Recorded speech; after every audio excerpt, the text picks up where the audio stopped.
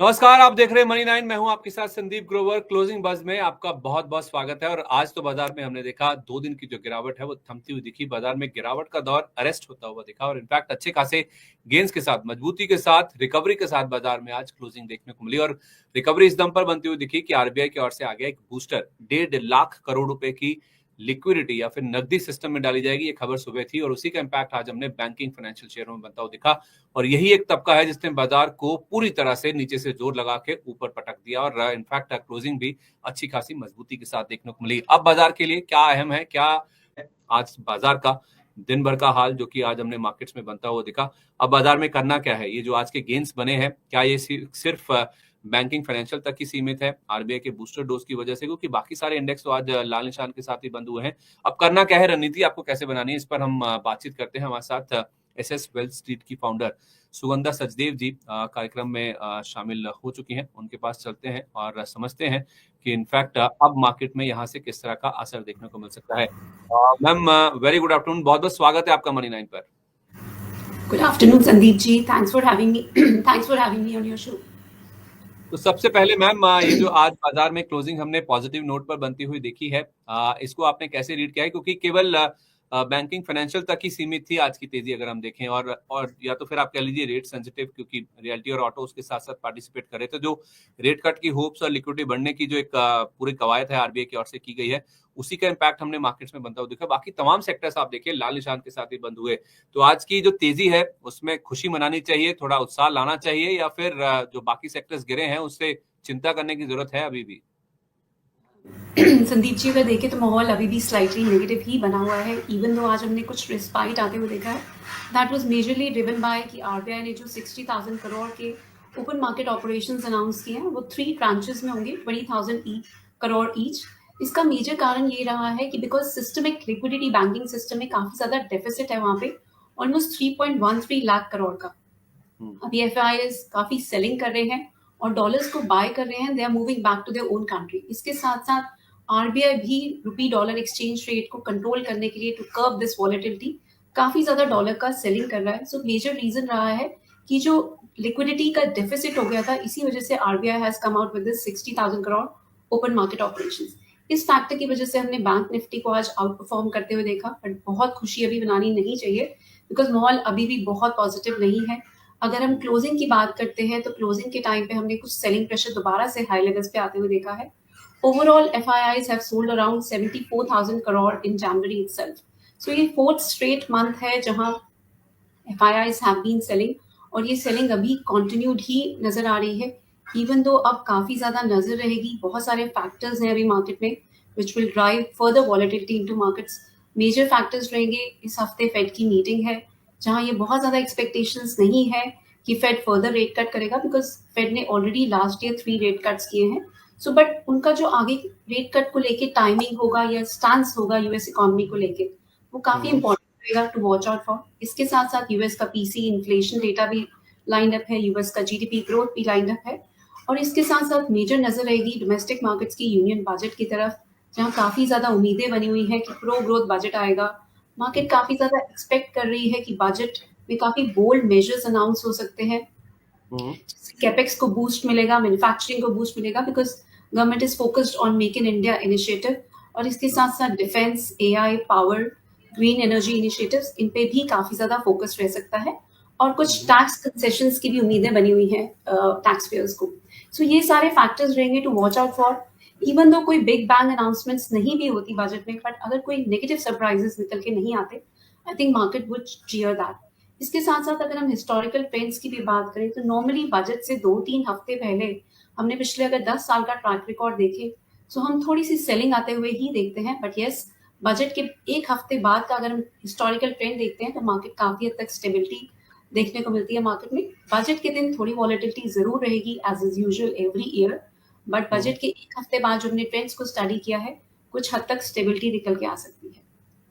इसके साथ साथ स्टॉक्स में अभी प्रेशर बना हुआ है बिकॉज चाइना के एआई स्टार्टअप डीप सीक का हमने देखे तो यूएस में काफी ज्यादा वो ऐप के डाउनलोड्स हमने आते हुए देखे हैं। इससे यूएस की एआई डोमिनेंस को एक मेजर थ्रेट है। सो इसी वजह से हमने टेक स्टॉक्स में पिछले सेशन में काफी सेल ऑफ आते हुए देखा। सो बहुत सारे मिक्स फैक्टर्स बने हुए हैं। फार्मा स्टॉक्स में भी हमने काफी मेजर डिक्लाइन आते हुए देखा है बिकॉज यूएस ने फॉरेन एड को, जो एड्स रिलीफ प्रोग्राम था, उसको स्टॉप कर दिया है और यूएस एफडीए की जो स्क्रूटिनी है वो भी काफी हद तक बढ़ गई है अंडर ट्रम्प्स सेकंड प्रेसिडेंसी। सो ये बहुत सारे फैक्टर्स हैं जिसकी वजह से हमने अभी वॉलेटिलिटी आते हुए देखी और सेंटिमेंट्स अभी भी नेगेटिव बने हुए हैं मार्केट में। इन टर्म्स ऑफ लेवल्स अगर हम बात करें तो 23,100 नियर टर्म के लिए एक हर्डल रहेगा। जब तक इसके ऊपर एक क्लोजिंग देखने को नहीं मिलती, ट्रेंड बहुत पॉजिटिव नहीं रहेगा। और अगर मैं मेजर लेवल्स की बात करूं तो 23,420 mark is likely to act as a very strong hurdle on the high side.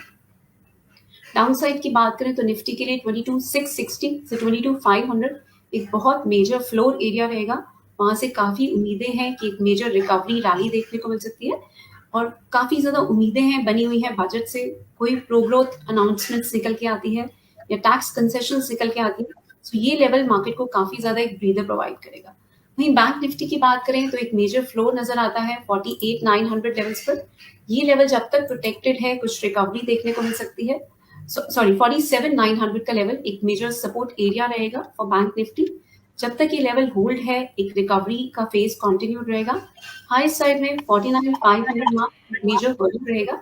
अगर ये ब्रेक हो जाता है तो 51,000 तक की भी रिकवरी रैली देखने को मिल सकती है। ओके, तो आप कह रही हैं कि बैंक निफ्टी के लिए 47,900 पर अहम सपोर्ट है और 49,500 पर रेजिस्टेंस है। तो ये लेवल्स को कीनली वॉच करना होगा। जब तक बैंक निफ्टी पर ये लेवल नहीं टूटता है 47,900 का, तो आप एक अप मूव की उम्मीद करके चल सकते हैं।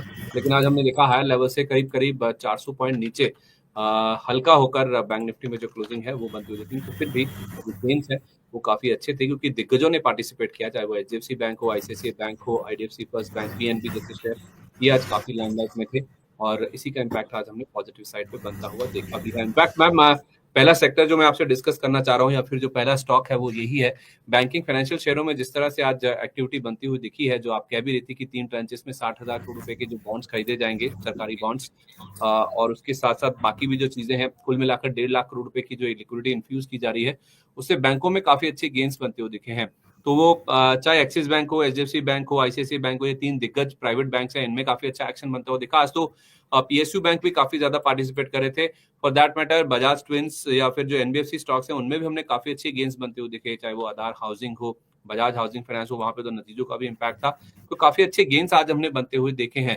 अगर किसी को पिक एंड चूज करना हो बैंकिंग फाइनेंशियल में इस एंटिसिपेशन में कि आरबीआई की ओर से रेट कट आ जाएगा जब फरवरी में बैठक होने वाली है एफपीसी की, तो कहाँ पे आपकी नजर रहने वाली है, कहाँ पे खरीदारी करने की राय देंगी आप? संदीप जी, मैं करंट लेवल्स पर बाइंग की भी एडवाइस नहीं दूंगी। थोड़ा सा भी कैश पे बैठे हैं। अभी 3-4 बड़े इवेंट्स हैं। I think by 10th of February market में काफी स्टेबिलिटी आएगी बिकॉज ये सारे इवेंट्स ओवर हो जाएंगे। आरबीआई का interest rate decision, state elections का आउटकम, यूएस फेड की मीटिंग और यूनियन बजट। थोड़ा सा वेट करें। आप ट्रांचेस में जरूर बाय कर सकते हैं स्टैगर्ड मैनर में। मेरी नजर रहेगी एचडीएफसी बैंक पर। मैंने पहले भी आपके शो में काफी बार रीआइट्रेट किया है, एचडीएफसी बैंक का ओवरऑल स्ट्रक्चर पॉजिटिव नजर आता है। आपका 1 से 1.5 साल का अगर होराइजन है, शॉर्ट टर्म में जरूर वॉलेटिलिटी बनी रहेगी, ये नॉइज कंटिन्यूड रहेगी, वॉलेटिलिटी रहेगी मार्केट्स में। बट अगर हम स्लाइटली लॉन्गर टर्म देखते हैं तो लार्ज कैप्स की वैल्यूएशन काफी रीजनेबल नजर आ रही है अभी करंट लेवल्स पर। स्मॉल एंड मिड कैप्स काफी ओवर वैल्यूड थे लास्ट ईयर और इसी वजह से हमने काफी डीप करेक्शन आते हुए देखी है वहां पर अभी भी और पेन देखने को मिल सकती है। बट लार्ज कैप्स पे थोड़ा सा फोकस रख सकते हैं और कुछ सिलेक्टेड पीएसयू बैंक्स पे भी फोकस किया जा सकता है। सो यहाँ पर फर्स्ट पिक रहेगी एचडीएफसी बैंक। थोड़ा सा वेट करें, 1630 1635 एरिया पे बाइंग की एडवाइस रहेगी। 1550 के स्ट्रिक्ट स्टॉप लॉसेस रहेंगे। हाई साइड में आपके नियर टर्म के टारगेट्स रहेंगे 1720 और अगर मैं स्लाइटली लॉन्गर टर्म की बात करूं तो 1850 तक के टारगेट्स भी देखने को मिल सकते हैं। ये नजरिया रहेगा अगले 5 से 6 महीने का। इसके साथ साथ कैनरा बैंक में भी बाइंग की जा सकती है और पीएसबी बैंक में भी बाइंग की जा सकती है। थोड़े से डिप्स की वेट करें लोअर लेवल्स पे। कैनरा बैंक की अगर हम बात करते हैं तो 92 के लेवल्स पर बाइंग की जा सकती है almost at current levels. Stop losses रहेंगे 87 ऑन द डाउन साइड और हाई साइड में 104 तक के टारगेट देखने को मिल सकते हैं। वहीं पीएसबी की भी बात करें तो रिजल्ट्स पॉजिटिव रहे हैं। ओवरऑल सेक्टर में काफी ज्यादा उम्मीदें हैं कि रेट कट एक आ सकता है जिससे क्रेडिट को काफी हद तक बूस्ट मिल सकता है। सो पीएसबी में भी 46 से 45 की रेंज में बाइंग की जा सकती है एंड फर्दर ऐड किया जा सकता है towards level of around 42.50। Keep a strict stop loss of 37 on the down side और हाईएस्ट साइड में 58 से 60 तक के लेवल्स देखने को मिल सकते हैं। ये नजरिया रहेगा अगले 3 से 4 महीने तक का। 58 से 60 आपने कहा मैम पीएसबी का टारगेट है, यानी कि पंजाब एंड सिंध बैंक का 46 से 45 की रेंज में खरीदना है और स्टॉप लॉस हो गया 37 रुपए का। कैनरा बैंक के टारगेट में मैम नोट करना भूल गया, टारगेट माफ कीजिए स्टॉप लॉस का लेवल आपने कहा 92 पर खरीदें, टारगेट 104 का है, स्टॉप लॉस क्या है? I'll just reiterate that as well. So इसमें आपको 87 का स्टॉप लॉस लेना है। 87 के स्ट्रिक्ट स्टॉप लॉस के साथ करंट लेवल्स पे बाइंग की जा सकती है। टारगेट्स रहेंगे 104, 110 as well. Slightly longer term का नजरिया रखें, शॉर्ट टर्म में बहुत वॉलेटिलिटी रहेगी, बहुत सारे की इवेंट्स हैं, सो फर्दर प्रेशर भी देखने को मिल सकता है। सो बेटर रहेगा एक ही बार में सारा कैश एलोकेट ना करें, थोड़ा स्टैगर्ड मैनर में ही बाइंग करना प्रेफरेबल रहेगा।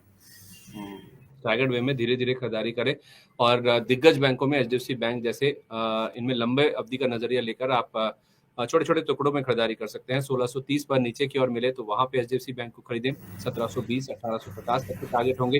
कैनरा बैंक को 92 पर खरीदें, 87 का स्टॉप लॉस, 104 का टारगेट। और पीएसबी यानी कि पंजाब एंड सिंध बैंक 46 से 45 की रेंज आपको खरीदना है और 37 रुपए का स्टॉप लॉस रखना है। ऊपर में 58 से 60 रुपए तक के जो टारगेट्स हैं वो देखने को मिल सकते हैं, जहां तक बे बैंकिंग फाइनेंशियल शेयरों की बात है। इसके अलावा मैम आज hyundai मोटर के नंबर्स आए और नंबर्स में हमने देखा इनका जो मुनाफा है ऑलमोस्ट 19% के आसपास ड्रॉप हुआ है और उसका जो इम्पैक्ट है वो हमने स्टॉक में बनता हुआ देखा। अभी 2% की माफ कीजिए hyundai मोटर इंडिया की मैं बात कर रहा हूँ, यहाँ पे हमने देखा 1% से ज्यादा की गिरावट के साथ इसमें आज हमने जो क्लोजिंग है वो बनती हुई देखी। 1627 का लेवल है, मुनाफा 19% गिरा, रेवेन्यू भी 1.5% गिरे, अबिडा भी 14.25% गिरा और मार्जिन भी करीब 13% वाले 11.25% के आसपास आते हुए देखे। तो नंबर्स तो अच्छे नहीं है, कमजोर थे, उसका इम्पैक्ट हमने स्टॉक प्राइस पर भी आता हुआ देखा है। अपने इशू प्राइस के नीचे ही मैम ये ट्रेड कर रहा है, क्या करना चाहिए इसमें? जी नंबर्स पॉजिटिव निकल के नहीं आए हैं, काफ़ी लोअर डोमेस्टिक कार सेल्स रही हैं, एक्सपोर्ट्स नंबर भी कोई इनकरेजिंग नहीं रहे हैं और प्राइसेस में हमने एक सिग्निफिकेंट स्लम्प आते हुए देखा है बिकॉज मेजरली अर्बन डिमांड काफ़ी हद तक कूल ऑफ हुई है। इसका इम्पैक्ट हमने सारे ही ऑटो स्टॉक्स पे आते हुए देखा है। बट येस, यहाँ पर कुछ उम्मीदें हैं, ये रेट सेंसिटिव सेक्टर रहेगा, अगर रेट कट होता है तो इस सेक्टर में कुछ रिवाइवल देखने को मिल सकता है। बट अभी नियर टर्म में आउटलुक स्लाइटली वीक नजर आ रहा है, पर लॉन्गर टर्म होराइजन अगर रखते हैं तो ये स्टॉक एक अच्छा प्रॉमिसिंग स्टॉक हो सकता है। अभी अवॉइड करें करंट लेवल्स पर 1580 से 1600 के आसपास अगर ये स्टॉक मिलता है तो वहां पर बाइंग की एडवाइस रहेगी। Keep a strict stop loss of 1500 on the down side और हायर साइड में इसके टारगेट्स रहेंगे 1720। जब तक 1720 का लेवल ब्रेक नहीं होता कोई बहुत मेजर पॉजिटिव मोमेंटम देखने को नहीं मिलेगा। बट यस, एक रिकवरी रैली को राइड करने के लिए लोअर लेवल्स पर इसमें बाइंग की जा सकती है। बट ट्रेंड अगर हम बात करें it is not looking positive. Structure जब तक 1720 के ऊपर ये नहीं आता ये स्टॉक पॉजिटिव नहीं रहेगा। अच्छा, तो या तो फिर 1720 के ऊपर ही खरीदें। यस सी संदीप जी, लोअर लेवल्स पर भी इसमें बाइंग करने में कोई हर्ज नहीं रहेगा बिकॉज एक प्रॉमिसिंग स्टॉक है और जैसा कि हमारी उम्मीदें बनी हुई हैं कि रेट कट एक आ सकता है, अगर एक रेट कट आता है तो इस स्टॉक को एक बूस्ट मिल सकता है, लोअर लेवल्स पर हम बाइंग आते हुए देख सकते हैं। बट यस, थोड़ा सा एग्रेसिव ट्रेडर्स या इन्वेस्टर्स के लिए ही लोअर लेवल्स पे बाइंग करना बेटर रहेगा। 1720 के ऊपर ये थोड़ा सा कंफर्टेबल रहेगा और 1720 के ऊपर इसके टारगेट्स ओपन हो जाते हैं towards level of around 1800 as well. So 1720 के ऊपर अगर आप बाइंग करते हैं तो 1670 के स्टॉप लॉस के साथ 1800 के टारगेट्स के लिए बाइंग कर सकते हैं। 1670 और 1800, ठीक है मैम। अनंतराज में आज हमने देखा मैम 20% का निचला सर्किट लग गया। इनफैक्ट आज ही नहीं, पिछले 2 दिन से और पिछले 6 दिन में से देखें तो 5 दिन में लगातार स्टॉक का गिरता है वो दिखा है।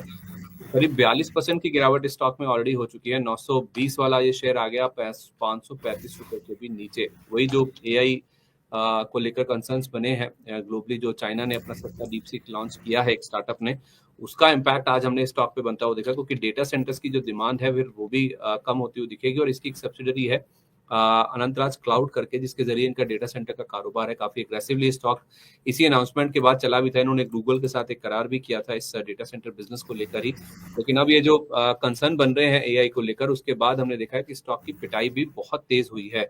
कुछ ही दिनों में ही ये 40% वाइप आउट हो गया इसका हाई लेवल से पूरा।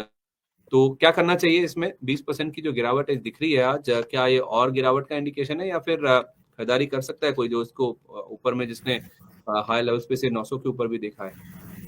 संदीप जी, फ्रेश बाइंग की करंट लेवल्स पे बिल्कुल एडवाइस नहीं रहेगी। It has slipped below it's की 200 डे मूविंग एवरेज, और इसके साथ साथ जिस तरीके से वॉल्यूम्स में हमने सर्च आते हुए देखा है, जिस तरीके से 900 ऑड लेवल से स्टॉक में एक शार्प डिक्लाइन देखने को मिला है, this is a major correction that we are witnessing in this stock.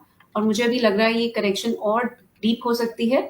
Stock can slip towards level of around 430 as well. So इसमें से एग्जिट करने की एडवाइस रहेगी। अगर आप इसको थोड़ा सा भी पुल बैक देखने को मिलता है टुवर्ड्स 570 580 और लेवल्स, बेटर रहेगा इस स्टॉक में से एग्जिट करें। 430 के आसपास काफी उम्मीद है कि ये स्टॉक स्टेबलाइज होगा, यहाँ पर कुछ सपोर्ट देखने को मिलेगा। सो अगर आप फ्रेश बाइंग करने का प्लान कर रहे हैं तो 430 के आसपास ही इसमें रिकमेंडेशन रहेगी। अदरवाइज बेटर रहेगा अभी करंट लेवल्स पर एग्जिट करें, एंड कुछ राइज मिलता है वहां पर भी बेटर रहेगा एग्जिट की स्ट्रैटेजी को अडॉप्ट करना। तो उछाल पर बेचने की कोशिश करें। 200 डीएम में भी इसने तोड़ दिया है। अपने लंबे अवधि के जो सपोर्ट्स हैं, जो मूविंग एवरेजेस हैं, उसके नीचे आता हुआ दिखा है। तो फ्रेश खरीदारी से तो बचना है, बल्कि उछाल पर मिले तो आपको निकलना है, या फिर नीचे 430 आने दे, उसका इंतजार करें। वहां पे आप चाहें तो इसमें फ्रेश खरीदारी के बारे में सोच सकते हैं। सीजी पावर, इसके भी नंबर्स आए। इनका मुनाफा तो 68% गिर गया। रेवेन्यू जरूर 27% बढ़ा, EBITDA भी बढ़कर आया, लेकिन मार्जिन फ्लैट आए 13.2% पर।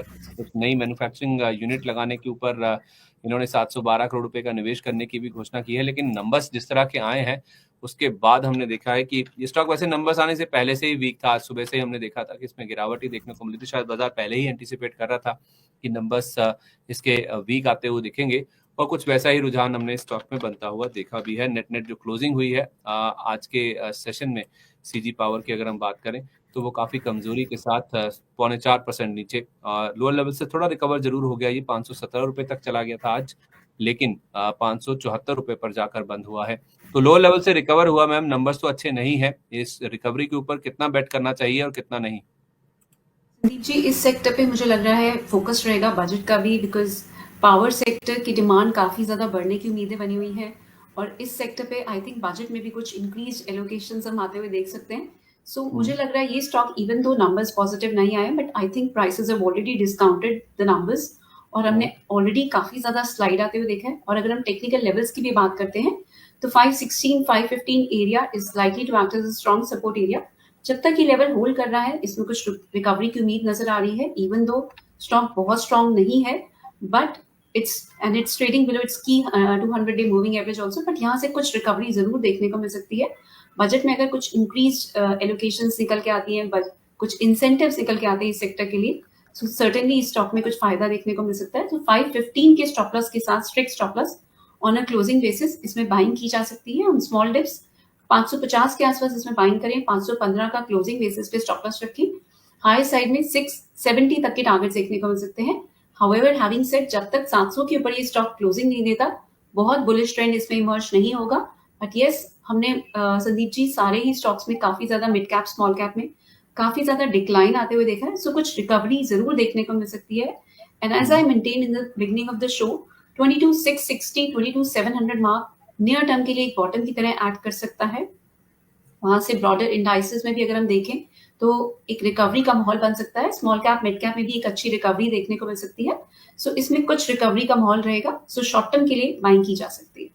ठीक है। बजाज हाउसिंग फाइनेंस आज मैम काफी दिनों के बाद चला है, क्योंकि जो लिस्टिंग के बाद इसमें यूफोरिया बना था, उसके बाद जो प्रॉफिट बुकिंग आई 188 का हाई लगाने के बाद, ये शेयर अपने इशू प्राइस के भी नीचे फिसल गया था।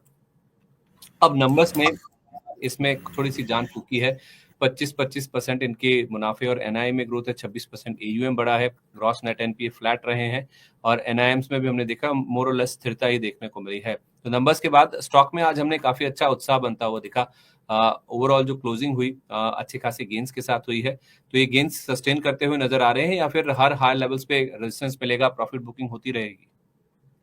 संदीप जी, थोड़ी रिकवरी जरूर देखने को मिलेगी, बिकॉज बजट में काफी उम्मीद है कि अफोर्डेबल हाउसिंग पे काफी फोकस हो सकता है। सो बजाज हाउसिंग फाइनेंस को एक बेनिफिट मिल सकता है इसका। और अगर हम लेवल्स की भी बात करते हैं तो स्टॉक ऑलरेडी हायर लेवल से काफी ज्यादा करेक्ट कर चुका है। फंडामेंटल्स ओवरऑल पॉजिटिव हैं, रिजल्ट्स भी अच्छे निकल के आए हैं। 100 लेवल्स पर इसमें एक बहुत स्ट्रॉन्ग सपोर्ट है ऑन अ क्लोजिंग बेसिस। 100 के स्टॉप लॉस के साथ इसमें 108 के लेवल्स पर बाइंग की जा सकती है। As a disclosure, we have recommended this stock to our clients also, और यहाँ पर कुछ रिकवरी देखने को मिल सकती है towards level of around 130 to 132। 135 के ऊपर अगर ये स्टॉक सस्टेन करता है तो फर्दर गेन्स भी देखने को मिल सकते हैं। बट एज अ कैविएट 135 के आसपास इसमें जरूर बुकिंग करें। शॉर्ट टर्म के लिए बाइंग की एडवाइस रहेगी एट 108 लेवल्स। ओके, ठीक है। तो बहुत ज़्यादा गिरावट हो चुकी है, नंबर्स अच्छे आए हैं, स्ट्रॉन्ग आए हैं। अब यहाँ पे खरीदारी ज़रूर की जा सकती है, ₹100 का स्टॉप लॉस लगा के 108 पर खरीदें, 132, 135 के आसपास मिले, तो अपना मुनाफ़ा भी ज़रूर यहाँ पे बुक करके चलते रहें आप। फेडरल बैंक का ये अगला नाम है मैम। आज बैंकिंग वैसे भी फोकस में था, लेकिन इसमें हमने जो बाकी पूरा सेक्टर है उसके विपरीत मूव्स बनते हुए दिखे। 4% से ज़्यादा की गिरावट लेकर ये स्टॉक बंद हुआ, क्योंकि जो नंबर्स आए हैं वो इतने अच्छे नहीं आए, खासतौर पे जो मुनाफा बढ़ने का अनुमान था वो घटकर आया।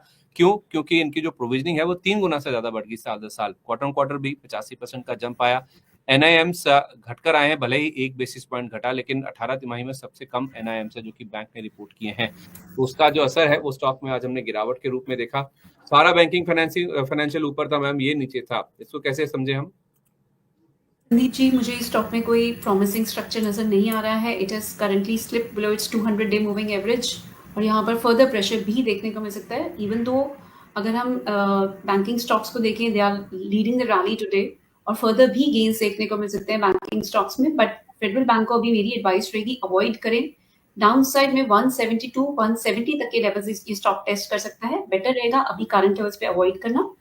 लोअर लेवल्स पे 170 के आसपास आप इसमें बाइंग की अपॉर्चुनिटीज को देख सकते हैं, but as of now it's an avoid candidate, और you can even consider a sell on rise approach for targets of around 170। Higher side में 200 के लेवल्स पर इस स्टॉक में एक मेजर रेजिस्टेंस रहेगा। जब तक 200 का लेवल क्लोजिंग बेसिस पे ब्रेक नहीं हो जाता, इस स्टॉक में कोई कन्विंसिंग अपसाइड मूव देखने को नहीं मिलेगी। ठीक है। इसी तरह से केन्स टेक्नोलॉजी, इसमें भी आज हमने नतीजों का इम्पैक्ट आता। हालांकि जो नंबर्स आप देख पाएंगे अपनी स्क्रीन पर, नंबर्स में आपको कुछ भी ऐसा खराब नहीं नजर आएगा, क्योंकि नंबर्स की वजह से इसमें इतनी बड़ी गिरावट आनी चाहिए थी। गिरावट अगर आप देखें तो आज स्टॉक 11.5% टूट के बंद हुआ 4670 रुपए पर। एक समय तो 4214 रुपए तक ये स्टॉक फिसल गया था। तो लोअर लेवल से करीब करीब 450 रुपए की रिकवरी या ऑलमोस्ट 8-9% रिकवर होकर बंद हुआ। 20% तक ये स्टॉक एक समय फिसल गया था। दिक्कत की बात यह है कि इन्होंने अपने जो रेवेन्यू गाइडेंस है FY25 की, उसको कट कर दिया, 3000 करोड़ से घटाकर कर दिया 2800 करोड़ रुपए। बावजूद इसके कि ऑर्डर बुक जो कि 3800 करोड़ थी पिछले साल की इसी तिमाही में, वो बढ़कर आगे 6000 करोड़ के पार। तो गाइडेंस काटी नहीं कि स्टॉक एकदम से नीचे आता हुआ दिखा रिजल्ट्स के बाद। और अब मैम किस पे फोकस करें, 11.5% की गिरावट या लो लेवल से 8% की रिकवरी पर? थोड़ा सा रिकवरी पे फोकस कर सकते हैं। इन्होंने even though forward guidance positive नहीं दी है, ट्रिम किया है अपने FY25 रेवेन्यू आउटलुक को, सो इसी वजह से स्टॉक की थोड़ी सी पिटाई हुई है। बट डाउन साइड में अगर हम देखें तो 4000 के लेवल पर इस स्टॉक में एक शॉर्ट टर्म में सपोर्ट है, इवन दो बहुत प्रॉमिसिंग नजर नहीं आ रहा। बट फॉर एग्रेसिव ट्रेडर्स एक रिकवरी की उम्मीद रखते हुए इसमें बाइंग की जा सकती है at levels of around 4300। Stop loss रखिए 4000 का, एंड हाई साइड में टारगेट्स रहेंगे 5200। मेरी एडवाइस रहेगी कि 5200 लेवल्स के आसपास इसमें बुक करके एग्जिट करें। दोबारा से आपको लोअर लेवल्स मिलेंगे for longer term investment perspective. So दोबारा से हम बात करेंगे आपके ही शो पर, बट अभी करंटली 5200 तक के लेवल्स के लिए इसमें बाइंग की जा सकती है ऑन स्मॉल डिप्स। सो संदीप जी, जैसा कि हम बात कर रहे हैं, कुछ रिकवरी का ही माहौल नजर आ रहा है, कोई मेजर बुलिश ट्रेंड्स इमर्ज नहीं हो रहे हैं। सो एग्रेसिव ट्रेडर्स ही अभी थोड़ी बाइंग कर सकते हैं, या आप थोड़ा एवरेज करना चाहते हैं अगर किसी स्टॉक को होल्ड कर रहे हैं तो ही बाइंग करें। अदरवाइज आई वुड सजेस्ट कि थोड़ा ये वॉलेटिलिटी को सबसाइड होने दें। I think by 10th of February हम सारे इवेंट्स हमारे ओवर हो जाएंगे, मार्केट में कुछ स्टेबिलिटी वापस आएगी। उसके बाद आप जरूर फोकस कर सकते हैं क्वालिटी स्टॉक्स पर, जिनके अर्निंग्स अच्छे निकल के आ रहे हैं, फंडामेंटली स्ट्रॉन्ग स्टॉक्स हैं। और बेटर रहेगा थोड़ा सा फोकस करें AI पावर जो थीम्स अभी प्ले आउट कर रही हैं, या बजट का जहां पर फोकस नजर आ रहा है, उन सेक्टर्स पे थोड़ा सा फोकस कर सकते हैं। ओके, ठीक है मैम। अभी तो आप कह रहे हैं कि वेट एंड वॉच, ऐसे बैठिए, बस दूर से बैठ के बाजार को निहारिए हैं। संदीप जी, थोड़ा सा भी बेटर रहेगा कैश पे सेट करना, स्टैगर्ड वे में ही अपना बाइंग करें मार्केट्स में। बहुत ज्यादा एग्रेसिव बाइंग को अभी अवॉइड करें, माहौल बहुत पॉजिटिव नहीं है। मैं एक और साथ में मेंटेन करना चाहूंगी, 22,550 22,660 लेवल जरूर मार्केट को एक फ्लोर प्रोवाइड करेंगे, एंड हम रिकवरी देख सकते हैं मार्केट्स में towards level of around 24,200 to 24,300 levels as well. But still अगर हम इस क्वार्टर का आउटलुक ओवरऑल देखते हैं, बहुत पॉजिटिव नहीं है। ट्रम्प साहब के आने में के बाद टैरिफ को लेके काफी ज्यादा थ्रेट्स बने हुए हैं। ग्लोबल ट्रेड डायनामिक्स में काफी ज्यादा शिफ्ट देख सकते हैं। जियोपॉलिटिकल टेंशंस कुछ हद तक बढ़ सकती हैं। डॉलर इंडेक्स भी अगर हम देखें तो सिग्निफिकेंटली हायर लेवल्स पे ट्रेड कर रहा है। यूएस की बॉन्ड यील्ड्स बढ़ गई है, फॉरेन आउटफ्लोज कंटिन्यूड हैं, वापस यूएस की तरफ जा रहे हैं बिकॉज वहां पर यील्ड्स काफी हाई लेवल्स पर सस्टेन कर रही है. सो माहौल अभी इंडियन मार्केट्स के लिए बहुत अच्छा नहीं है. बजट में अगर ग्रोथ को रिवाइव करने के लिए कुछ मेजर्स निकल के आते हैं तो जरूर एफआईआईज वापस आएंगे, बट अभी माहौल थोड़ा सा स्टेबलाइज होने में टाइम लगेगा. सो बेटर है वेट करें. इस साल का ओवरऑल आउटलुक पॉजिटिव रहेगा and we are looking at levels of around 27,200 as well for Nifty. This is year end target, but before that 20,300 तक की भी करेक्शन इंडेक्स में देखने को मिल सकते हैं. So one has to be prepared for that. इसीलिए मुझे लगता है कि सारी बाइंग यहाँ ना करें. लोअर लेवल्स दोबारा मिलेंगे, वहां पर फर्दर ऐड कर सकते हैं. तो साल अंत तक आप कह रही हैं कि आपके 27,200 के टारगेट है, लेकिन उससे पहले 20,000 कितना बोला मैम आपने? 20,300 तक के लेवल्स भी देखने को मिल सकते हैं संदीप जी. ओके, तो 20,300 तक की गिरावट भी संभव है, लेकिन ईयर एंड के टारगेट ये है कि 27,200 तक आपको निफ्टी जाता हुआ नजर आ सकता है, लेकिन आप 20,300 के लिए भी प्रिपेयर्ड रहें. तो बड़े वॉलेटाइल मूव्स के लिए आप इस साल के लिए तैयार हो जाइए. तो net at the end of the year तो भले ही आपको गेंस देखने को मिलेंगे, लेकिन उसके बीच में जो वॉलिटिलिटी है, उठापटक है, वो बाजार को 20,300 तक भी लेके जा सकती है. और जहां तक बैठ के निहारने की बात है, तो जरूर पैसा बचाना, कैपिटल प्रिजर्वेशन जो है उसके ऊपर आपका फोकस होना चाहिए. बाजार में जो उठापटक है उससे आपका पैसा इरोड ना हो जाए, पैसा आपका खराब ना हो जाए, लॉस ना हो जाए. इसलिए ज्यादा बेटर है कि आप वेट एंड वॉच कीजिए, थोड़ी स्टेबिलिटी आने दीजिए. 10 फरवरी तक जैसे सुनंदा मैम कह रही हैं, सारे इवेंट्स प्ले आउट हो जाएंगे, तो उसके बाद हो सकता है बाजार में स्थिरता लौटे, तब आप बाजार में ट्रेड कर लीजिए. जरूरी नहीं है कि सब कुछ जनवरी में ही करना है. फरवरी का वेट कर लीजिए, इवेंट्स पार होने दीजिए, उसके बाद आप यहाँ पे जरूर एक्शन बना सकते हैं खरीदारी या बिकवाली की ओर. एक मैम हिंदुस्तान जिंक का चार्ट देखिए. आज हमने नंबर्स आते हुए देखे. नंबर्स में इसके भी कुछ भी ऐसा खराब नहीं दिखा. प्रॉफिट 32% बढ़ा, रेवेन्यू 18% बढ़ा, बिड्डा में 28% की ग्रोथ थी, मार्जिन भी बढ़े हैं. ईयर ऑन ईयर 48% वाले 52% आए. पता नहीं बाजार को क्या पसंद नहीं आया या फिर प्रॉफिट बुकिंग हावी हो गई. अब तो स्टॉक वैसे भी हायर लेवल से काफी हल्का हो चुका है. 800 वाला 440 के आसपास आ गया. नंबर्स के बाद स्टॉक गिर क्यों गया मैम 4%? आपने कैसे रीड किया इनके नंबर्स को? सो टैरिफ का थ्रेट बना हुआ है, इसी वजह से हमने मेटल्स काउंटर में थोड़ा सा प्रॉफिट बुकिंग आते हुए देखी है, और मुझे लग रहा है ये थोड़ी सी प्रॉफिट बुकिंग कंटिन्यू रहेगी. बट अगर आपका 6 to 7 मंथ का आउटलुक है तो as a tactical play metal stocks मुझे लग रहा है एक अच्छा परफॉर्मेंस दिखा सकते हैं. थोड़ा वेट करें. इस स्टॉक में लास्ट ईयर हमने काफी स्ट्रॉन्ग गेन्स आते हुए देखे थे, और अभी एक डिक्लाइनिंग ट्रेजेक्ट्री में ट्रेड कर रहा है, और जिसके टारगेट्स डाउन साइड में निकल के आ रहे हैं. 381 के आसपास इस स्टॉक में एक अच्छी बाइंग की अपॉर्चुनिटी इमर्ज होगी, और इसमें एक बुलिश फ्लैग पैटर्न भी इमर्ज हो रहा है, जिसका ब्रेकआउट हम देखेंगे 480 लेवल्स के ऊपर. 480 लेवल्स के ऊपर ये स्टॉक निकलता है तो एक फर्दर मेजर अपसाइड मोमेंटम देखने को मिल सकता है. सो थोड़ा सा पेशेंस रखें. 375 380 लेवल्स के आसपास इस स्टॉक में अच्छी अपॉर्चुनिटीज रहेंगी.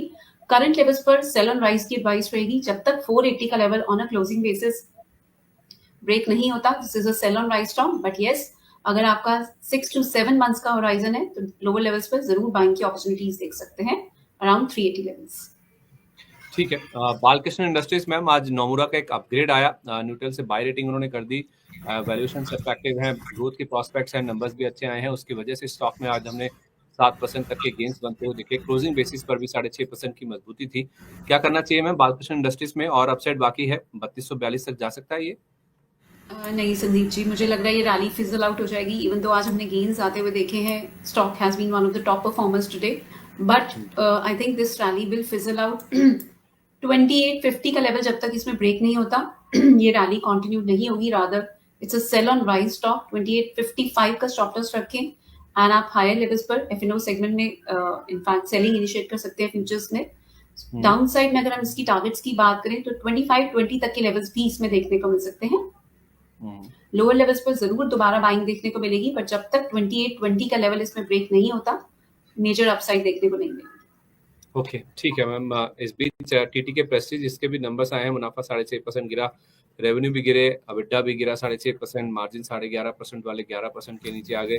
पिटाई होना लाजमी था, और अच्छी खासी पिटाई हुई है टीटीके प्रेस्टीज की. एक हाई टिकट साइज वाला एक काउंटर है मैम, 721 रुपए के आसपास ये ट्रेड कर रहा है, और 10% की गिरावट लेकर स्टॉक ऑलमोस्ट डे लो के आसपास जाकर बंद हुआ है. तो नंबर्स खराब थे, और कितने डाउनसाइड बाकी है इसमें? संदीप जी, रादर इसमें मैं कॉन्ट्रेरियन बेट की एडवाइस दूंगी. मुझे डाउन साइड से इसमें रिकवरी नजर आ रही है. 700 680 लेवल्स एक स्ट्रॉन्ग फ्लोर एरिया है. सो एग्रेसिव ट्रेडर्स डाउन साइड में इसमें बाइंग की अपॉर्चुनिटीज देख सकते हैं. So keeping a stop loss of 680 on the downside, इसमें 710 के आसपास बाइंग की अपॉर्चुनिटीज देखी जा सकती है, but to maintain a strict stop loss of 680 on the downside. और हायर साइड में इसमें फर्दर रिकवरी देखने को मिल सकती है towards level of around 800 first, और अगर 800 के ऊपर एक क्लोजिंग देखने को मिलती है तो 855 तक के लेवल्स भी हायर साइड में देखने को मिल सकते हैं। Even though the stock is trading below it's की 200 डे मूविंग एवरेज, बट जो स्ट्रक्चर नजर आ रहा है उसमें डाउन साइड से एक रिजेक्शन देखने को मिली है, which is indicating strong demand at lower levels. So इसमें एक रिवाइवल देखने को मिल सकता है, बट कॉशियस रहें, 680 के स्ट्रिक्ट स्टॉप लॉस के साथ ही इसमें बाइंग की 810 और 850 टारगेट बोले ना आपने मैम? जी ठीक है, तो 180 का स्टॉप लॉस रखें। नीचे में कॉन्ट्रा बाइंग यहाँ पे करने की राय आ रही है टीटी के प्रेस्टीज के स्टॉक में, और 810 850 के टारगेट होंगे। आखिरी स्टॉक है मैम जो डिस्कस कर रहा हूँ आपके सामने, फिर मैं दर्शकों के सवालों की ओर बढ़ूंगा। तो कुछ भावनाएं भी हैं जो अपने लोग व्यक्त कर रहे हैं, क्योंकि मिड कैप स्मॉल कैप में जिस तरह की गिरावट है, जाहिर सी बात है, तो थोड़ा सा तो आपको पेन होता ही है, दुख होता ही है जब आपका पैसा आपको पोर्टफोलियो में लाल निशान में या फिर लॉस में दिखता है। तो एक अपार इंडस्ट्रीज पे आपकी राय दे दीजिए मैम, जिसके नतीजों का इम्पैक्ट आज हमने स्टॉक पे बनता हुआ देखा। स्टॉक आज लोअर सर्किट पे जाकर बंद हुआ 20% के, इनफैक्ट थोड़ा सा ऊपर था, 7171 का इसमें आज लो बना है और क्लोजिंग हुई है 7179 पर। तो उस लिहाज से सर्किट पर क्लोजिंग तो नहीं हुई है, लेकिन हाँ पहुंच गया था ऑलमोस्ट ये सर्किट पर। और नंबर्स में आप देखिए, मुनाफा 20% के आसपास गिरा, रेवेन्यू भी 17.5% के आसपास टूट गए, अबिडा में 12% की गिरावट थी और 10% वाला मार्जिन आ गया 7.5% पर। तो 2.5% ऑलमोस्ट 25% मार्जिन इरोड हुए हैं इनके, नेट 10% के मुकाबले 7.5%। तो उसका इम्पैक्ट आज हमने स्टॉक में बनता हुआ देखा। शायद बाजार एक्सपेक्ट नहीं कर रहा था कि इस तरह के नंबर्स आएंगे और खासतौर पर मार्जिन में गिरावट आएगी, और इतनी बड़ी गिरावट इसीलिए स्टॉक में देखने को मिली भी है। आज 20% गिरा है, एक महीने में 30% गिर चुका है, और अगर हम पिछले एक साल की बात करें तो आज की गिरावट के बावजूद अभी भी 25% के आसपास के गेंस बचे हुए हैं। तो ये जो अपार इंडस्ट्रीज में गिरावट आई है और जो नंबर्स आए हैं, उसके बाद किसी की रणनीति क्या होनी चाहिए?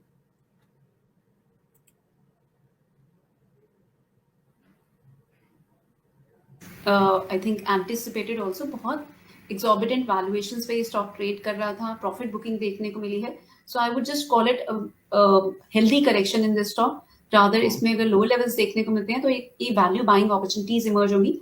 So this correction should not be treated with, इसमें पेन नहीं होनी चाहिए, रादर ये प्रॉफिट बुकिंग है और हेल्दी है मार्केट के लिए। मुझे लग रहा है ये स्टॉक फर्दर भी डिक्लाइन सिखा सकता है, बिकॉज जिस तरीके से हमने इस स्टॉक में 2 साल में सर्ज आते हुए देखा है, ये करेक्शन और डीपन हो सकती है, और यहाँ पर आपको 4700 तक के लेवल्स भी डाउन साइड में आते हुए देखने को मिल सकते हैं। So it's a sell on rise stock. अभी इसमें बाइंग को बिल्कुल अवॉइड करें। इसमें रादर अगर आप होल्ड कर रहे हैं लो लेवल से तो प्रॉफिट बुक करें, कुछ भी राइज मिलता है एग्जिट करें इस स्टॉक को, और दोबारा से आप इसमें बाइंग की अपॉर्चुनिटी सर्च कर सकते हैं at levels of around 44 to 4500। So अभी कहना थोड़ा मुश्किल है कि ये कहाँ बॉटम आउट होगा, बिकॉज बहुत ज्यादा हायर प्राइसेस पे स्टॉक चला गया था, काफी ओवर बॉट था। So but yes, as of now it's appearing that 4500 range, 4500 to 4000 range is likely to provide a very strong support to this stock.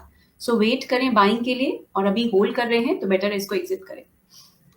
Okay, मुनाफा बन रहा है तो जरूर लेके निकल जाना चाहिए, और हर उछाल पर आपको अपार इंडस्ट्रीज के स्टॉक में बिकवाली करनी ही चाहिए। 4700 रुपए तक हो सकता है कि ये स्टॉक कब गिरता है, वो देखिए 7000 के ऊपर है अभी।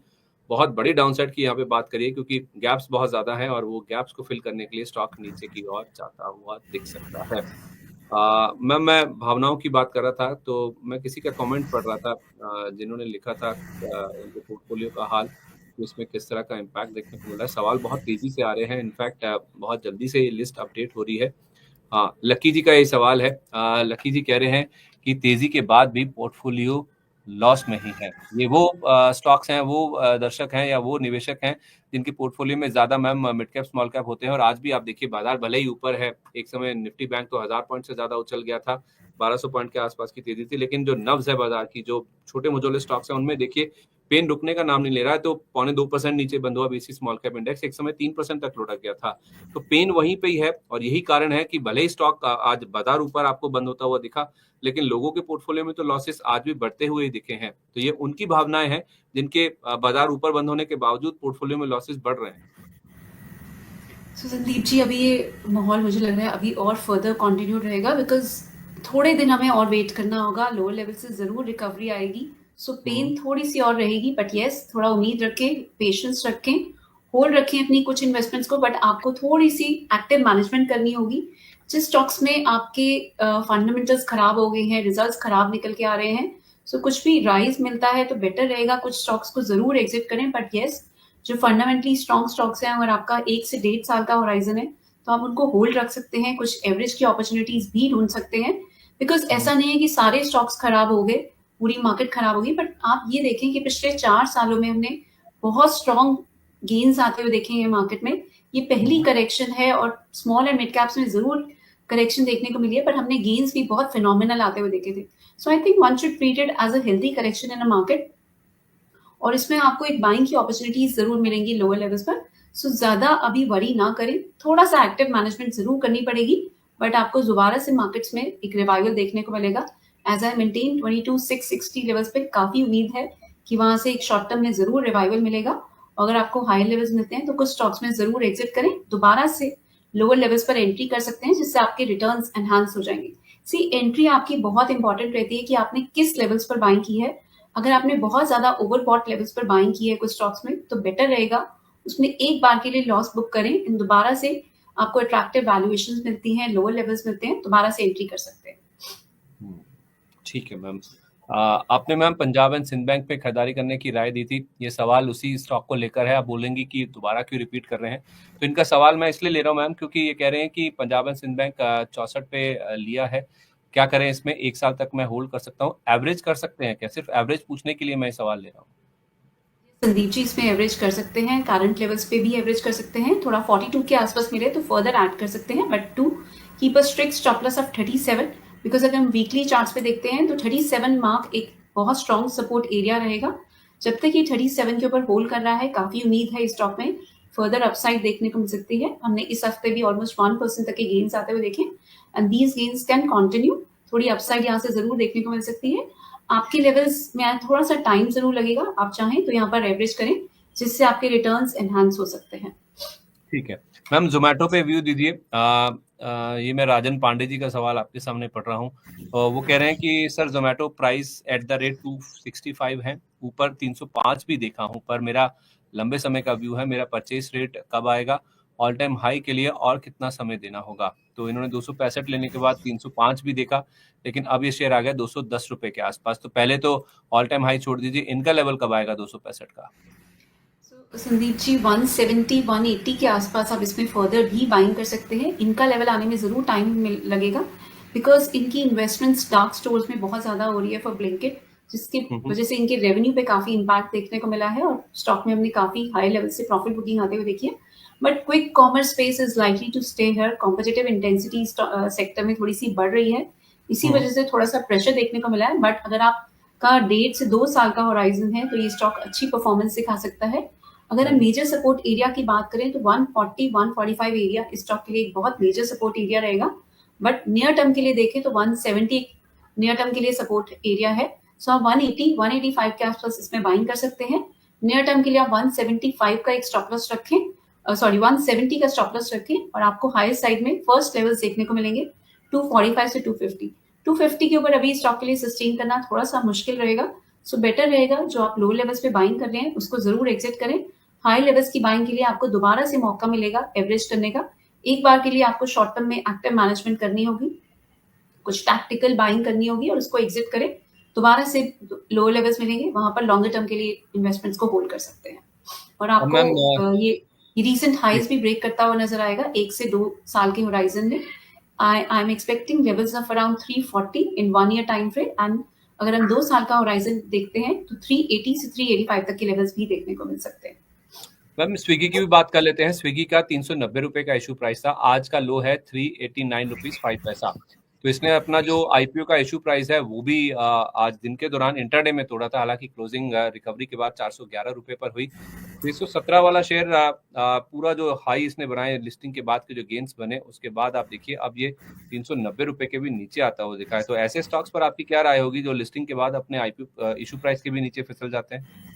संदीप जी, पूरी ब्रॉडर मार्केट्स में ही प्रेशर देखने को मिला है, और इसी वजह से स्विगी में भी हमने हाई लेवल से प्रॉफिट बुकिंग आते हुए देखी है। बट यस, अगर हम करंट स्ट्रक्चर की बात करते हैं तो 389 390 जो ऑलमोस्ट इसके करंट लोज रहे, जो नियर टर्म लोज रहे हैं, वही एक मेजर सपोर्ट एरिया भी इमर्ज हो रहा है। जब तक ये 389 390 लेवल्स के ऊपर क्लोजिंग बेसिस पे होल्ड कर रहा है, there is a possibility of revival in this stock, but बहुत तेजी अभी नजर नहीं आ रही है जिस तरीके का इसका स्ट्रक्चर है। एक सिर्फ रिबाउंड देखने को मिलेगा। ये rebound can continue towards level of around 484। सो 484 तक के लिए आप इसमें 385 के स्टॉप लॉस के साथ बाइंग कर सकते हैं करंट लेवल्स पर भी। 484 तक रिबाउंड कह रही हैं जी। ओके, तो जब तक ये अपने अहम सपोर्ट 389 जो कि आज का लो है उसके ऊपर है, तब तक हो सकता है कि 484 रुपए तक का एक जो बाउंस बैक है वो भी स्टॉक में आ सकता है, तो इसको आप जरूर ध्यान में रखिए। स्विगी की जहाँ तक बात है। इसके अलावा मैम एक सम्मान कैपिटल, जिसे हम पहले इंडेबल हाउसिंग फाइनेंस के नाम से जानते थे, आदेश कुमार जी कह रहे हैं कि मेरे पास 160 के रेट पर रखे हुए हैं, 150 शेयर इनके पास हैं और स्टॉक आई थिंक 140 के आसपास चल रहा है, 140 रुपए 70 पैसे पे आज बंद हुआ। संदीप जी, वीकली चार्ट्स पर देखें तो 139 के लेवल पर एक शॉर्ट टर्म में सपोर्ट इमर्ज हो रहा है, और अगर मेजर सपोर्ट एरिया की बात करते हैं तो 129 एक सपोर्ट एरिया रहेगा। आप इनकी क्वेरी दोबारा रिपीट करेंगे संदीप जी? ये कह रहे हैं इनके पास 160 के रेट पर 150 शेयर हैं। सो संदीप जी, आई थिंक ये लेवल्स इनको मिल जाएंगे जल्दी ही। प्रॉफिट थोड़ा सा अभी मुश्किल रहेगा, बट यस, आपको आपके करंट जो आपका बाइंग प्राइस है वहां तक ये स्टॉक जल्दी ही जाता हुआ देख सकता है। 168 के ऊपर अगर ये स्टॉक सस्टेन करता है, रादर 170 के ऊपर ये सस्टेन करता है, तो गेन्स भी देखने को मिलेंगे। अभी आप होल्ड रखें, keep a stop loss of 128 on a closing basis and hold on to this stock. ठीक है मैम। पिछले हफ्ते बायोकॉन 52 वीक हाईज लगा रहा था, 404 रुपए 70 पैसे का इसने हाई लगाया, लेकिन बाजार की गिरावट में ये भी फिसल गया अब, और आज ये शेयर 350 के आसपास भी आ गया था, 360 के आसपास बंद हुआ है। हमारे एक दर्शक हैं सज्जू सिद्दीकी जी, वो कह रहे हैं कि मेरे पास बायोकॉन 387 पर लिया हुआ है, 3 महीने होल्ड कर सकता हूँ, स्टॉप लॉस और टारगेट बता दीजिए please. 287 Sandeep ji, 387 387। See Sandeep ji, stock ने एक अच्छी परफॉर्मेंस दिखाई, बट हायर लेवल्स पर it has also succumb to selling pressure. अभी नियर टर्म में थोड़ा सा प्रेशर नजर आ रहा है, बट 220 230 लेवल्स से इस स्टॉक में एक रिवाइवल देखने को मिलेगा। आप लोअर लेवल्स पर थोड़ा एवरेजिंग कर सकते हैं। Keep a strict stop loss of 215 on the downside, and you can average out the stock at levels of around 230। और हाईएस्ट साइड में आपके फर्स्ट लेवल्स रहेंगे 288। 288 के ऊपर अगर स्टॉक सस्टेन करता है तो आपको अच्छे प्रॉफिट्स भी देखने को मिल सकते हैं। So hold on to this stock. थोड़ी एवरेजिंग की एडवाइस रहेगी, बट बेटर है एवरेजिंग भी थोड़े लोअर लेवल्स पर करें, 230 के आसपास ही। अच्छा, ठीक है मैम। पीएफसी पर आपकी व्यू दीजिए। पीएफसी पर हमारे एक दर्शक हैं आर सरकार, उनके पास 100 क्वांटिटी रखी है, लेकिन ऊपर के भाव की है, 492 रुपए का प्राइस है जहां पे इन्होंने खरीदे हैं, पर ये कह रहे हैं कि मेरे पास समय है, मैं 4 से 5 साल इसको रख सकता हूं आराम से, पर 492 का लिया हुआ 392 के भी नीचे आ गया ये। संदीप जी, मुझे लग रहा है बजट के बाद इस स्टॉक में एक रिवाइवल देखने को मिल सकता है। थोड़ा सा प्रेशर जरूर रहेगा, 354 355 तक ये स्टॉक स्लिप कर सकता है, but I am expecting a revival in this stock after budget. So 344 के स्टॉप लॉस के साथ इस स्टॉक में बने रहें, यही एडवाइस रहेगी। अभी एवरेजिंग को अवॉइड करें, जब तक ये 440 के ऊपर सस्टेन नहीं करता, एवरेज की भी एडवाइस नहीं रहेगी, but hold on to this stock. तो आप कह रहे हैं कि 344 रुपए के स्टॉप लॉस के साथ आप पीएफसी के शेयर में बने रहें, और बजट के बाद एक रिवाइवल आ सकता है। यस, ठीक है, तो बजट एक बड़ा इवेंट है और पीएसयू शेयरों के लिए हो सकता है कि एक रिवाइवल बाद में आता हो देखें, लेकिन ज़्यादातर लोग मैम यही बोलते हैं कि बजट के बाद एक प्रॉफिट बुकिंग आती है पीएसयू शेयरों में। पिछली बार भी, पिछले साल भी बजट के बाद हमने यही होता हुआ देखा था, क्योंकि जो उम्मीदें बनती हैं, जो रैली बनती है प्री बजट की, वैसा कुछ अनाउंसमेंट्स आते नहीं है सरकार की ओर से। मुझे लग रहा है संदीप जी, अगर कोई बिग बैंग रिफॉर्म्स भी नहीं आते, बट अगर कोई नेगेटिव सरप्राइजेस भी निकल के नहीं आते, पर जिस तरीके से मार्केट में हमने ऑलरेडी काफी ज्यादा सेलिंग आते हुए देखी है, जरूर ऐसा लग रहा है, ऐसी उम्मीद है कि एक रिकवरी का माहौल जरूर बनेगा। इवन दो वो भी रैली शायद फिजल आउट हो जाएगी, बट एक शॉर्ट टर्म में रिवाइवल जरूर देखने को मिलेगा। सो शॉर्ट टर्म ट्रेडर्स या इन्वेस्टर्स कुछ जरूर लोअर लेवल्स पर बाइंग कर सकते हैं, बट मैं बार बार सारी स्टॉक्स में मैंने मेंशन किया है कि अभी सिर्फ शॉर्ट टर्म के लिए आप बाइंग करें, आपको मेजर अपसाइड देखने को नहीं मिलेगी, सिर्फ एक रिवाइवल देखने को मिलेगा, उसके बाद दोबारा से सेलिंग प्रेशर देखने को मिलेगा। सो यही थीम मैं दोबारा से रिपीट भी करूंगी।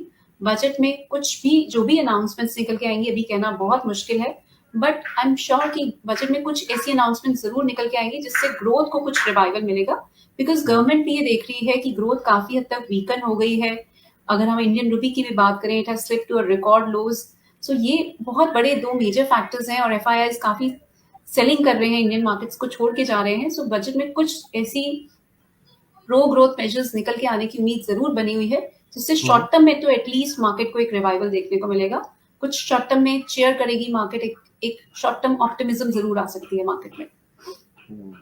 ठीक है, फेयर इनफ मैम. तो बजट के बाद पीएफसी में या पीएसयू शेयरों में रिकवरी आ सकती है, ऐसी आप उम्मीद करके चले. इनफैक्ट एक और ट्रिगर रहेगा संदीप जी. पहले ये उम्मीद थी कि फेड इस साल सिर्फ 2 रेट कट करेगा और उसकी भी टाइमिंग बहुत श्योर नहीं थी और उसकी भी बेट्स काफी हद तक कम होती जा रही थी. सिर्फ एक रेट कट की उम्मीद बन रही थी मार्केट में. बट ट्रम्प साहब ने भी रिसेंटली मेंटेन किया है, he is demanding lower interest rates globally. So इससे फेड पर भी थोड़ा सा प्रेशर रहेगा और अगर इस बार फेड की मीटिंग में कुछ स्टांस निकल के आता है towards the timing of further rate cuts, वो भी एक फैक्टर है जिससे डॉलर इंडेक्स पे कुछ दबाव फर्दर देखने को मिल सकता है. डॉलर इंडेक्स में हम हाई लेवल से देखें तो ऑलरेडी हमने कुछ दबाव बनते हुए देखा है फ्रॉम लेवल्स ऑफ अराउंड 110. ये फैक्टर भी कुछ हद तक मार्केट्स को सपोर्ट कर सकता है. आई थिंक नियर टर्म के लिए हम we are very close to bottom. अभी मेरी एडवाइस रहेगी, अगर आप ओवरऑल पोर्टफोलियो को होल्ड कर रहे हैं, आपने ऑलरेडी काफी पेन देख ली है, तो करंट लेवल्स पर सेलिंग ना करें. बेटर रहेगा कुछ रिकवरी का वेट करें, सेल ऑन राइज को ही अडॉप्ट करें. आप अपने पोर्टफोलियो को थोड़ा सा क्लीन अप भी करना चाह रहे हैं तो बेटर रहेगा थोड़ा सा राइज की वेट करें एंड हाई लेवल्स पर ही एग्जिट करें. ठीक है. इस बीच आरती यादव जी ने अनंत राज को लेकर व्यू पूछा है, तो उसकी हम बात ऑलरेडी कर चुके हैं और दूसरा नाम इन्होंने बोला है प्रीकॉल का. प्रीकॉल मैम एक ऑटो एंसिलरी प्ले है. प्रीकॉल में आपकी क्या राय होगी? कोई चाहे तो क्या फ्रेश खरीदारी भी कर सकता है? आज जो बहुत बड़ी गिरावट नहीं, 1% नीचे ही बंद हुआ है. I have not been tracking this stock, but yes, I'll certainly share my view. Sandeep ji, इस स्टॉक में मुझे लग रहा है कुछ रिकवरी देखने को मिल सकती है, बट यस कोई मेजर अपसाइड देखने को नहीं मिलेगी. 564, 565 एक मेजर सप्लाई जोन है इस स्टॉक में. इस बेटर रहेगा आपको थोड़े से राइज मिलते हैं 522 के आसपास, वहां पर एग्जिट करें स्टॉक को. स्टॉक में लॉन्गर टर्म में अगर देखें तो करेक्शन और डीपन हो सकती है, but just for a near term view 445 के स्टॉप लॉस के साथ होल्ड रखें स्टॉक को और बेटर रहेगा 522, 525 के आसपास इसमें एग्जिट करें. ओके, ठीक है. श्रेयास अग्रवाल जी कह रहे हैं कि hello sir, I am big fan of Money9 and regular viewer of all the shows. Please take my question. इनका क्वेश्चन है मैम, क्वालिटी फार्मा को लेकर इन्होंने बाय कर रखे हैं 982 पर और पीजी इलेक्ट्रोप्लास्ट भी इनके पास है 860 रुपए के रेट पर. ये पूछ रहे हैं कि can I hold for 3 to 5 months. तो खरीद रखे हैं ऑलरेडी, इन्होंने भाव भी बता दिए हैं. 3 से 5 महीने का नजरिया है, क्या ये इनको रख सकते हैं, होल्ड कर सकते हैं? संदीप जी, क्वालिटी फार्मा में थोड़ी और करेक्शन देखने को मिल सकती है, बट अगर आपका 6 to 7 मंथ्स का होराइजन है तो आप इसको होल्ड रख सकते हैं. डाउन साइड में आपको प्रिपेयर रहना होगा. 685 लेवल्स भी इस स्टॉक में देखने को मिल सकते हैं. अभी mid cap small cap stocks में करेक्शन मुझे नहीं लग रहा कि पूरी हो गई है, थोड़ी और करेक्शन देखने को मिलेगी. शॉर्ट टर्म में एक राइज मिलेगा, आप चाहें तो वहां पर एक बार एग्जिट करें एंड दोबारा 685 लेवल्स पर एंट्री करें और 6 to 7 मंथ्स के लिए होल्ड करें. और if you want to hold on for 6 to 7 months, do keep a stop loss of 680 and hold on to this stock. दूसरा पीजी इलेक्ट्रोप्लास्ट, उसकी भी बात कर लेते हैं.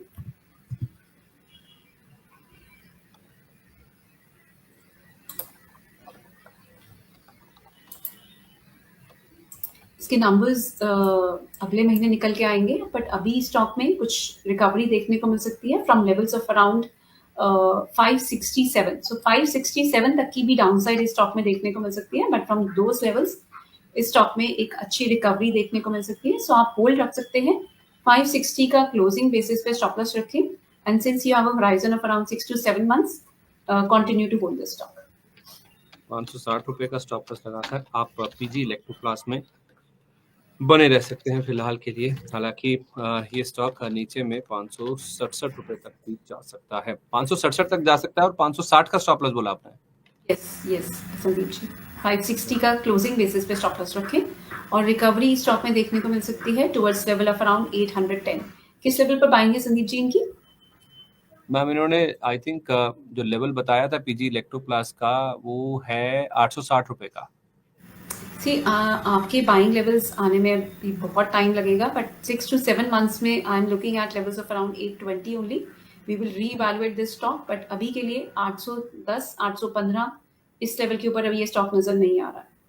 ओके, मैम एक CDSL को लेकर भी आपका व्यू दीजिए। बहुत ज्यादा ये स्टॉक करेक्ट होता हुआ दिखा है और इनफैक्ट ये इसके साथ साथ जो BSE का शेयर है उसमें भी हमने गिरावट बनती हुई दिखी। आज वो शेयर भी 6% गिर के बंद हुआ, 6% ही CDSL गिरा है। एक महीने में अगर आप देखेंगे तो स्टॉक ऑलमोस्ट 30% के आसपास करेक्ट हो चुका है। जो इसका हाई बना था 2000 के आसपास का, वहां से तो ये 750 रुपए के आसपास की गिरावट दिखा रहा है। क्या करना चाहिए CDSL अगर किसी के पास है या फिर कोई फ्रेश एंट्री करना चाहता है तो? So, Sandeep ji, as a disclosure, I too had exposure to this stock on the short side. और अभी इस स्टॉक में थोड़ी और डाउन साइड देखने को मिल सकती है, बट अगर आपका लॉन्गर टर्म होराइजन है, ये स्टॉक बहुत प्रॉमिसिंग है। इसने स्ट्रॉन्ग रिटर्न्स भी दिखाए हैं, बट लोअर लेवल्स आ सकते हैं बिकॉज एक प्रॉफिट बुकिंग कॉन्टिन्यूड है। एक price wise and time wise correction अभी इसमें नहीं, सॉरी, इसमें प्राइस वाइज करेक्शन तो जरूर आई है, बट अभी टाइम वाइज करेक्शन नहीं पूरी हुई है। सो इस स्टॉक में 1080 तक की भी करेक्शन देखने को मिल सकती है, वहां से कुछ रिकवरी की उम्मीद लगाई जा सकती है। किस लेवल पर पाएंगे संदीप जी इनकी? कुछ नहीं मैम, इन्होंने सिर्फ इतना बोला कि व्यू बता दीजिए। इस पे इन्होंने कुछ बताया नहीं कि खरीद रहे हैं या खरीदना चाहते हैं। तो संदीप जी 1080 के आसपास इस स्टॉक में कुछ रिकवरी देखने को मिल सकती है, सो थोड़ा सा वेट करें। 1080 के आसपास इसमें बाइंग की जा सकती है, keeping a strict stop loss of 910 on the down side. दोबारा से आपको 1600 तक के लेवल्स देखने को मिल सकते हैं। ओके, ठीक है। एक आखिरी सवाल ले लेते हैं मैम, फिर मैं सुजलॉन की बात करूंगा जिसके नंबर्स आने वाले हैं। आज बाजार बंद होने के बाद आने थे। गगन जी का सवाल है, गगन अधिकारी जी का। ये कह रहे हैं कि सर IOC 156 पे लिए हैं 500 शेयर, ONGC 289 50 शेयर है, आलोक इंडस्ट्रीज 25 शेयर है, 600 रुपए 25 रुपए का दाम है, 600 शेयर इनके पास है और सेल में 145 रुपए पर 100 शेयर है। 6 महीने तक होल्ड कर सकता हूँ, क्या करूँ सर? मैम ज्यादातर स्टॉक्स तो इनके नीचे ही हैं भाव से। संदीप जी IOC में ज़रूर यहाँ पर एक करंट लेवल्स पर एक सपोर्ट इमर्ज हो रहा है। In fact we had recommended a short position to our clients in this stock, but now I see a possibility of a revival in this stock. अगर हम इसकी 200 डे मूविंग एवरेज की भी बात करें, it's holding above that. 106 mark is likely to act as a very strong support. So इस stock में buying की जा सकती है ऑन स्मॉल डिप्स। 118 120 के आसपास इस स्टॉक में बाइंग की जा सकती है। आपका 104 का स्टॉप लॉस रहेगा। हायर साइड में 135 तक के टारगेट्स इनिशियली देखने को मिलेंगे। 135 के ऊपर सस्टेन करता है तो 148 तक की भी अपसाइड रैली कंटिन्यू हो सकती है। So it's a buy in IOC but on small dips. So दूसरा स्टॉक संदीप जी आप बात ONGC। हाँ, ONGC था, आलोक इंडस्ट्रीज और सेल है इनके पास। सो ONGC में भी अगर हम सेटअप देखें तो स्लाइटली सिमिलर नजर आ रहा है। थोड़ी सी करेक्शन देखने को मिलेगी, बट लोअर लेवल्स पर एक स्ट्रॉन्ग सपोर्ट इमर्ज हो रहा है।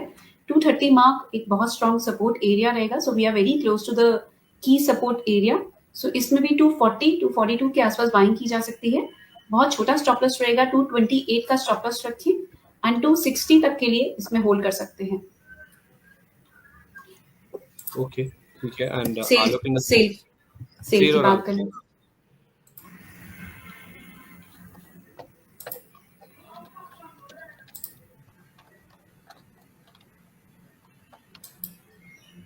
सो सेल में भी अगर स्ट्रक्चर देखें तो it is holding above its key support area on weekly charts. 99 mark एक बहुत स्ट्रॉन्ग सपोर्ट एरिया है। इनफैक्ट सेल में आप करंट लेवल्स पे भी बाइंग कर सकते हैं। Keep a stop loss of 96 on the down side और हाई साइड में 112 तक के टारगेट्स इनिशियली देखने को मिल सकते हैं। 112 के ऊपर ये स्टॉक 120 तक की भी अपसाइड मूव दिखा सकता है। सो नियर टर्म अपसाइड के लिए इस स्टॉक में करंट लेवल्स पर भी बाइंग की जा सकती है। टारगेट 112 है और स्टॉप लॉस आपने बोला 95 97। ठीक है। ओके, तो सेल में आप चाहें तो फ्रेश खरीदारी भी कर सकते हैं और यहाँ पे आपको 112 रुपए तक के लेवल्स आ जाएंगे। स्टॉप लॉस आप लगा लीजिए 97 रुपीज का। अच्छा, सुजलॉन के नंबर्स आने वाले हैं मैम, बाजार बंद होने के बाद आने थे। मैं एक बार चेक भी कर लेता हूँ कि नंबर्स अभी आए हैं नहीं आए हैं, लेकिन उससे पहले स्टॉक एक समय गिर के लोअर सर्किट की तरफ भी चला गया था और बाद में लोअर लेवल से रिकवरी भी अच्छी देखने को मिली। तो इसके नंबर्स इनफैक्ट आ चुके हैं। इनका जो प्रॉफिट है वो 99% बढ़ा है और इनके जो मार्जिन हैं वो भी एक्सपैंड हुए हैं और जो मार्जिन आए हैं इनके वो काफी अच्छे आते हुए दिखे हैं। जो मार्जिन के लेवल आते हुए दिखे हैं। स्टॉक हाई लेवल से अच्छा खासा करेक्ट हो चुका है मैम। 86 रुपए का हाई बना था, अब ये 50 रुपए के आसपास ट्रेड कर रहा है। मुनाफे का बाजार इनफैक्ट वेट कर भी रहा था और ट्रम्प साहब का भी एक जो इम्पैक्ट है वो रिन्यूएबल स्टॉक पर काफी हद तक हमने आता हुआ देखा है। इसी का एक भाई है वारी रिन्यूएबल्स, वारी एनर्जीज, उसमें भी हमने देखा है कि काफी ज्यादा इम्पैक्ट इस चीज का बनता हुआ दिखा है। तो इनकी अदर इनकम बढ़ी है मैम, 9 करोड़ से 27 करोड़ आई और मुनाफा ऑलमोस्ट डबल होता हुआ दिखा है। तो रेवेन्यूज भी अगर हम देखें तो 91% बढ़ते हुए दिखे हैं। अबिडा भी हमने अच्छी खासी ग्रोथ दिखाई है, इसने 240 करोड़ का 493 करोड़ हो गया और मार्जिन में भी हमने अच्छी खासी बढ़त बनती हुई देखी है। और इनकी जो डिलीवरीज हैं वो काफी स्ट्रांग रही है इस क्वार्टर में, 163% का जंप उसमें देखने को मिला है। तो क्या कल सर्किट लग जाएगा मैम इसमें 5% का ऊपर का? ये कहना मुश्किल है संदीप जी कि सर्किट लग जाएगा, बट यस, एक्सेप्शनल परफॉर्मेंस के बाद इस स्टॉक में हमने कुछ प्रॉफिट बुकिंग आते हुए देखी। ट्रम्प साहब का जो फॉसिल फ्यूल्स की तरफ झुकाव है, उसी वजह से हमने ग्रीन एनर्जी रिलेटेड स्टॉक्स में कुछ प्रेशर बनते हुए देखा। But yes, I think budget का जरूर फोकस रहेगा ग्रीन एनर्जी इनिशिएटिव्स और इस सेक्टर से रिलेटेड स्टॉक्स पर। सो सुजलॉन एनर्जी को भी मुझे लगता है फायदा मिलेगा, रिजल्ट्स भी इनकरेजिंग आए हैं। और अगर हम टेक्निकल लेवल्स की भी बात करें तो ऑलरेडी काफी करेक्शन हो चुकी है। 46.5 लेवल्स पर इस स्टॉक में स्ट्रॉन्ग सपोर्ट इमर्ज हो रहा है अगर हम वीकली चार्ट्स को देखते हैं। सो आई थिंक यहाँ से कुछ जरूर बाइंग की अपॉर्चुनिटीज इमर्ज हो रही हैं, बट 62 के लेवल्स पर इस स्टॉक में दोबारा एक रेजिस्टेंस देखने को मिलेगा। सो 60 तक की अपसाइड के लिए स्टॉक में करंट लेवल्स पर भी कल ओपनिंग में बाइंग की जा सकती है। कीपर स्टॉप लॉस ऑफ 47 और हायर साइड में 60 तक के टारगेट्स के लिए आप बाइंग कर सकते हैं। तो 60 के टारगेट के लिए आप इसमें खरीदारी करके चल सकते हैं। नंबर अच्छे आए हैं और बजट में भी हो सकता है कुछ अच्छे अप मूव्स या तो फिर अच्छे अनाउंसमेंट इस पूरे स्पेस को लेकर बनते हुए दिखें।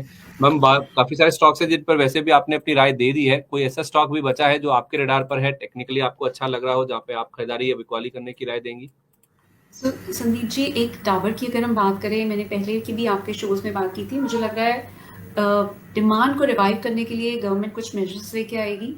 सो इससे डाबर को फायदा मिल सकता है। रूरल डिमांड ऑलरेडी पिकअप कर रही है, अर्बन डिमांड भी कुछ हद तक पिकअप कर सकती है। सो 520 से 525 के लेवल्स पर डाबर में बाइंग की जा सकती है। कीपर स्टॉप लॉस ऑफ 487 और हायर साइड में 580 तक के टारगेट्स देखने को मिल सकते हैं। इसके साथ साथ यूनाइटेड स्पिरिट में भी अगर हम देखें तो हमने हाई लेवल से 1700 के लेवल से काफी ज्यादा ऑलरेडी करेक्शन आते हुए देखी है। इस स्टॉक में 1380 एंड 1330 के लेवल्स पर एक स्ट्रॉन्ग सपोर्ट इमर्ज हो रहा है। सो 1380 के लेवल्स पर इसमें बाइंग की जा सकती है। स्टॉप लॉस रहेंगे 1300, टारगेट्स रहेंगे 1480 ऑन द हाई साइड। बहुत ज्यादा अभी बाइंग को अवॉइड करें, सिर्फ सिलेक्टिव बाइंग ही करें और कुछ I would say aggressive buyers, aggressive investors ही बहुत ज्यादा कैश को एलोकेट करें। अदरवाइज बेटर है कि अभी थोड़ा कैश पे सिट करें, साइड लाइन्स पर वेट करें, शॉर्ट टर्म बाइंग को ही प्रेफर करें। लॉन्गर टर्म इन्वेस्टमेंट्स के लिए मुझे लग रहा है दोबारा से लुक्रेटिव लेवल्स मिलेंगे, लोअर लेवल्स मिलेंगे, वहां पर बाइंग की जा सकती है। तो आप करेंगे डाबर को 520 से 525 की रेंज में खरीदे, 487 का स्टॉप लॉस, 580 का टारगेट, और यूएसएल यानी कि यूनाइटेड स्पिरिट्स 1380 पर खरीदें, स्टॉप लॉस 1300 का लगा ले और ऊपर में 1480 तक के लेवल्स आ सकते हैं। कितना इसमें व्यू लेके चलना है, ड्यूरेशन क्या होगा? जी, इसमें 1 महीने तक का व्यू लेके चलें। नियर टर्म के लिए बेट्स रहेंगी, बहुत लॉन्गर टर्म के लिए आई वुड सजेस्ट कि अवॉइड करें। अभी सिर्फ एक रिबाउंड के प्ले के लिए बाइंग की जा सकती है। ओवरऑल भी बाजार में आप यही कह रही हैं कि लंबा नजरिया मत रखें, शॉर्ट टर्म के लिए, एक बाउंस के लिए आप छोटी थोड़ी क्वांटिटी जरूर यहाँ पे रिवाइवल के लिए प्ले आउट कर सकते हैं। वैसे तो आप 10 फरवरी तक अगर वेट कर लें तो आपके लिए ज्यादा बेटर है। ज्यादातर इवेंट्स प्ले आउट हो जाएंगे, ट्रम्प साहब की भी क्लैरिटी आ जाएगी, बजट भी हो जाएगा, फेड बैठक का भी फैसला आ जाएगा हमारे सामने, तो काफी सारी चीजें हैं। और इनफैक्ट तब तक तो हमारे जो रिजल्ट सीजन है वो भी almost on the verge of ending हो जाएगा, तो सारी चीजें हमारे सामने होंगी। उसके बाद हम चाहें तो एक फैसला ले सकते हैं। लेकिन हाँ, शॉर्ट टर्म में अगर आपको छोटी क्वांटिटी के लिए प्ले करना ही है तो बहुत कम क्वांटिटीज के साथ आप यहाँ पे रिवाइवल की होप्स में इन शेयरों में पैसा लगा सकते हैं। इसमें डाबर एक है और यूनाइटेड स्पिरिट्स, और बाकी स्टॉक्स की तो बातचीत हुई है। मैम, बहुत सारे स्टॉक डिस्कस हुए हैं, तो फिर जाने से पहले कोई डिस्क्लोजर जो आप शेयर करना चाहेंगी? Yes, Sandeep ji, as a disclosure, I'm personally holding some of the stocks that we have discussed during the show, and we have recommended some of the stocks to our clients as well. बहुत धन्यवाद ma'am, thank you so much आज अपना कीमती समय हमें देने के लिए और दर्शकों को गाइड करने के लिए कि इस सिचुएशन में अब आपको बाजार में कैसे रणनीति बनानी चाहिए। बहुत धन्यवाद ma'am, thank you so much. तो क्लोजिंग बस को हम यहीं पर समेटते हैं आज के लिए, बस इतना ही। लेकिन कल सुबह आपसे फिर मुलाकात होगी। बहुत देर को सब्सक्राइब भी कर लीजिए। सुबह आपसे मुलाकात होगी 8:30 बजे, तब तक के लिए नमस्कार।